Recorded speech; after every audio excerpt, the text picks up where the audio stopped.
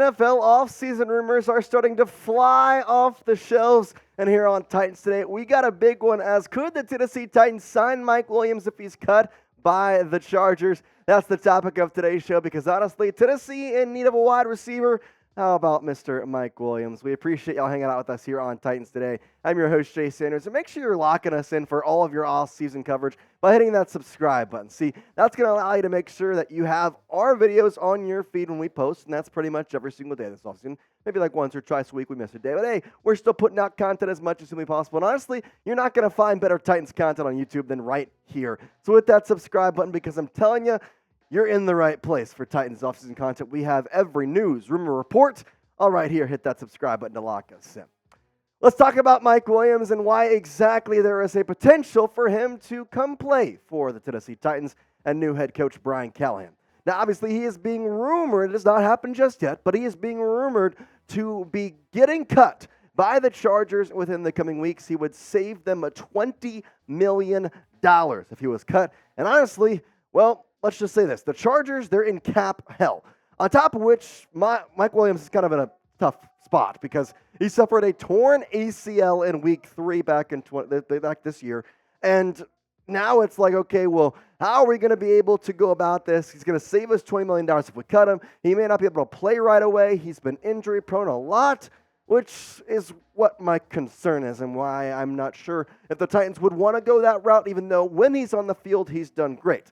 Problem is, that hasn't been much the past couple years. He missed 18 games the last 2 seasons. He honestly is getting up there in terms of age for a wide receiver, turning 30 in October. And he relies heavily on his big body. He's 6'4". He's honestly a big wide receiver, and that is a big part of his game. Well, guess what? You're injured, that becomes a little harder to use, a little harder to maneuver. And honestly, your agility just starts to go down as you age in the first place. So his production, well, it may go down. Now, the injury prone kind of was not exactly the biggest thing throughout the first part of his career. Obviously, his rookie season, he missed 6 games, which, that's another hero there. Sometimes it's hard to switch from college to NFL-type production and just the way you're going about each and every week. But then he was good. 2018, missed just 1 game in 2019, 2020, and 2021. But like I mentioned, the past 2 years, so starting to come back and bite him. 14 games this past year with that ACL, and then 4 games back in 2022. So he has had 27 games missed in his career, which would be almost a quarter of his games that he's been in the NFL he's missed. It's kind of crazy to think, but I still will say this. When he's on the field, he is amazing. So I pose the question. Do you want Mike Williams? Obviously, the injuries do come with him, but honestly, it's part of the NFL at this point. Injuries are starting to become a thing that just happened to everybody, and you just got to get through it. Would you like him? On the field, he's great. I think he would be a good addition. You add him with DeAndre Hopkins. That's a pretty good 1-2 punch, especially if you go on draft wide receiver, potentially sign to Higgins, which we have an update on him coming in just a moment, but we'll talk about that. If you want Mike Williams, though, type Y for yes. If you don't want Mike Williams, you say no, the injuries are too risky. He's up there in age. There's no point to do that. Well, then type in for no. All right, now, Mike Williams, again, in 2023, did play a couple games, and he had 249 yards, got a touchdown. Honestly, these stats aren't bad for just 3 games played. The problem is, it's just that. Only 3 games played. Now, I mentioned that he only missed a certain amount of games for about a 4-year span. That was his best stretch of his career, by far. And honestly, you can see this from the production he put out. 2019, 1,000-yard receiver. 2021, 1,000-yard receiver. Averaging over 15 in 3 of these 4 years, having 5 touchdowns, 9 touchdowns. He was overall a top-tier wide receiver. And honestly, 2021, he was maybe one of the top 10 receivers in the league that year. 76 receptions, 1,100 yards, 15.1 on the average, and 9 TDs. This guy was lighting up the charts, and it really wasn't that hard for him. But again, the injury started to creep in 2022, and obviously this year, he missed almost the entirety of the season, 14 games with the tear of the ACL. So now, what do you do with him? Well, that's what we're going to kind of continue to talk about because we've talked about the Higgins, but maybe he may not be available.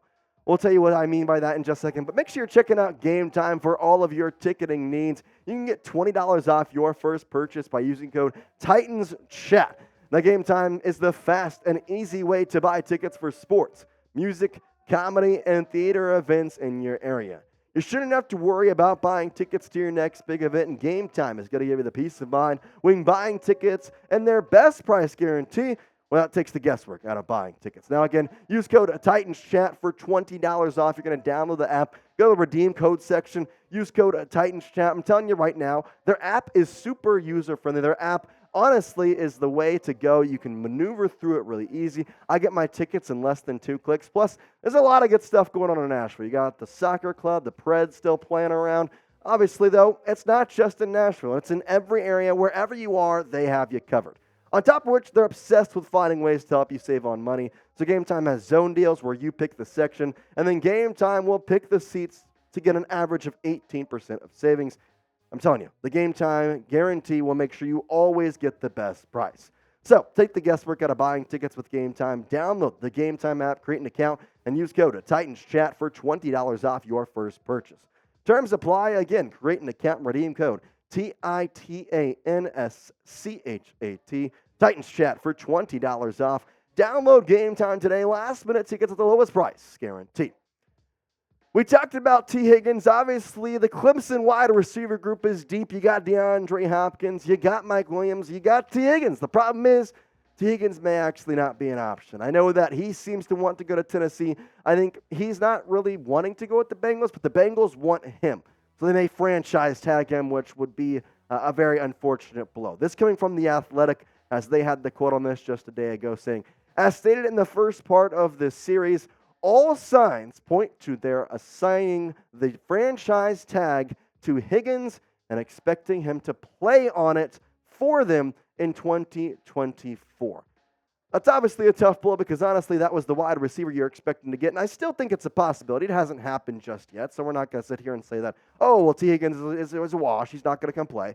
That's not what I'm saying. I'm just saying from the looks of it, it seems like he might be franchise tag. He was going to be the guy to come in and help this wide receiver group out because, honestly, it's not exactly looking the grass. You got DeAndre Hopkins, Treylon Burks, Nick Westbrook-Ikine, who's a free agent. You got Chris Moore, who's also a free agent. So Kyle Phillips is their only guy. I mean, you got to really look at this room and think, oh, man, we need to make this a little better if we're going to have Will Levis and have an offensive-minded team. You have to improve this in some way, whether that be through the draft, whether that be through T. Higgins, whether that be through getting Mike Williams. I don't care. You got to improve it in some facet. And so I thought about that and said, okay, well, Mike Williams may not be a lock just because of his injuries, and they may not cut him. Who knows? T. Higgins may not be a lock because of his franchise tag. So say both those are off the table. Who in the world could they go get?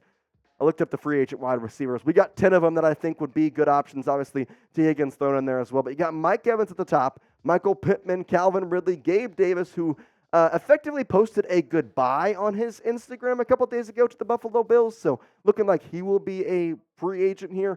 Marquise Brown, Darnell Mooney, Noah Brown, the Texans guy who honestly played with both Texas teams, the Cowboys, now the Texans, looked really good with Houston this year.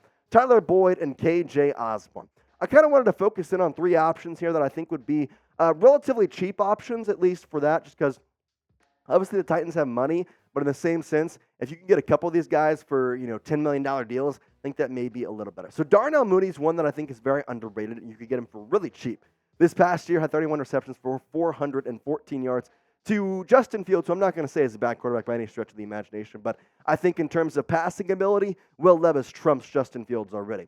1 touchdown, had some issues catching the ball. Obviously, people peg him for that 1 dropped Hail Mary, but at the same time, it was batted into the hands while he was sitting on the ground. I'm not going to peg anybody for literally dropping something that he wasn't expecting to hit him while he was on the ground. Not going to happen.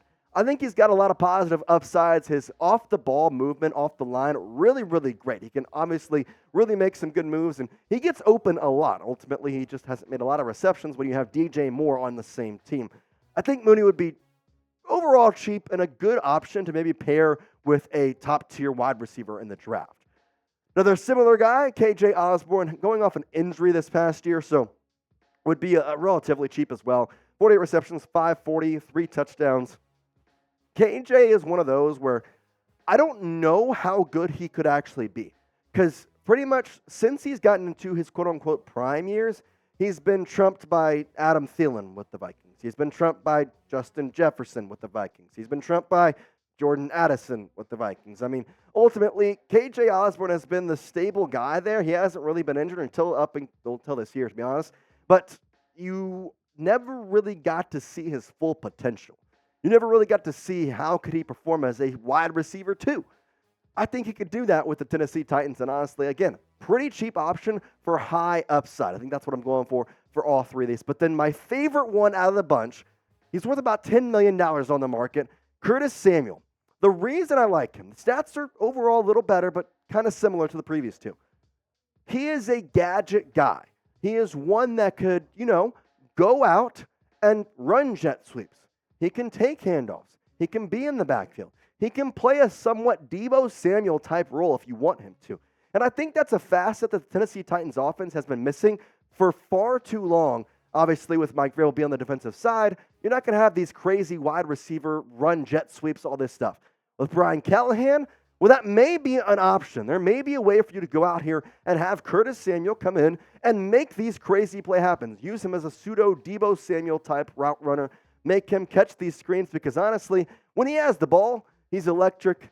Plus, Ohio State wide receivers tend to pan out well in the National Football League. That's all I'm going to say. Now, there's not just free agents. There's also people who could get cut. Now, obviously, that was the topic of the show, so Mike Williams at the top of there. But there's also Hunter Renfrow, Tim Patrick, Marquez Valdes-Scantling. Drop problems. Do not sign him, please. Allen Robinson, Michael Gallup, Brandin Cooks, and Russell Gage. One guy I want to look at, you're going to be surprised, but you're really not. The Clemson wide receiver himself again, Hunter Renfrow, because Clemson wide receivers just continue to come in and produce well, and he's played pretty good with the Raiders. I think that his upside, again, is high. The Raiders would have to cut him, although that is pretty much expected at this point. I am going to sit here and say that he would, for me, I would want him to be a wide receiver 3. So in this situation, if you're going to get Hunter Renfrow, obviously his upside's there, but I'm saying either make sure you pay somebody else on top of him or take an upper-level wide receiver in the draft. Take one in round 1. Take one in round 2. Take Troy Franklin by chance. Make him the wide receiver 2, because if there's a way that you can make it to where Treylon Burks is your wide receiver 4, I don't care who you add. If Treylon Burks is your wide receiver 4, your wide receiver is going to be great, because I believe that Treylon Burks still has a little bit of gas in there. We just haven't gotten to see it. Obviously, injuries, a little bit of a tough start to his career. He did play with Ryan Tannehill, who sucks, so that's kind of the problem there. But ultimately, if you make him the 4, I think there's a potential for this wide receiver room to be underrated, undervalued. You have D-Hop, a potential other 2 guys. There's a lot of things that the Tennessee Titans could do to overall just overhaul their wide receiver room and make it to where you're going to look at this team next year, and it's going to be unrecognizable on the offensive side of the ball, and that's what I hope here. But I asked this question, cut candidate, free agent candidate, draft candidate, which wide receiver do you want the Tennessee Titans to add for the 2024 season? Is it Mike Williams? Is it T. Higgins? Is it Hunter Renfrow? Is it Curtis Samuel? Is it Darnell Mooney? Is it Troy Franklin from the draft? Is it Devontae Walker? Do you want the Titans to draft Malik Neighbors if he's at 7? Well, let me know in the comment section down below, as I really appreciate y'all hanging out with us this entire show. Hit that subscribe button, because we have the latest Titans news, rumors, and anybody they sign on the wide receiver front, we'll have you covered right here. So hit that subscribe button. That way you're never missing Titans content. We've got it pretty much every single day of the week. So hit that subscribe button. Lock us in. And as always, Titans fans, you know it. You love it. Say it in the comments with me. Tighten up and peace out.